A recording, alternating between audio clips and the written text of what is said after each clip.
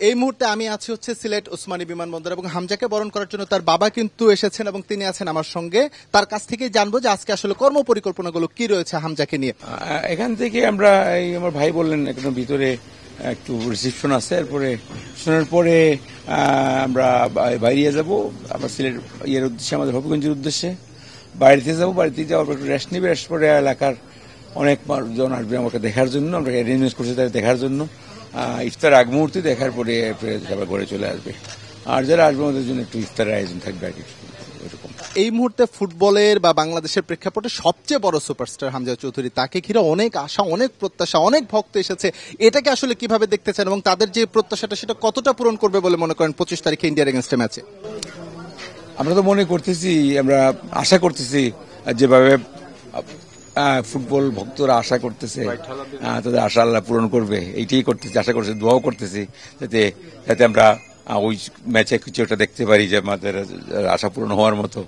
আর এটাই তো সবাই চাইতেছে আর কি। এলাকার লোকজন সবাই আসবে, যখন তারা আসবে সবাই আসলে পরে দেখতে তো হবে, তো বাড়ির ভিতরে ঢুকাইতে পারবো না। আমার বাড়ির পাশেই, আমারই বাড়ির ভিতরেই এক জায়গায় অ্যারেঞ্জ করছি, ওইখানে একটা মাঠের মতো, ভাইয়া দেখে আসছেন, তো ওখানে একটু হাফ অ্যান আওয়ার জন্য যাবে, সবাই ওখানেই দেখবে। এরপরে তাকে ডিস্টার্ব করা যাবে না, সে তার ফ্যামিলির সঙ্গে এবং আমাদের সকলের সঙ্গে সময় কাটানোর জন্য সে একমাত্র ওই কারণে সে বাড়িতে আসতেছে।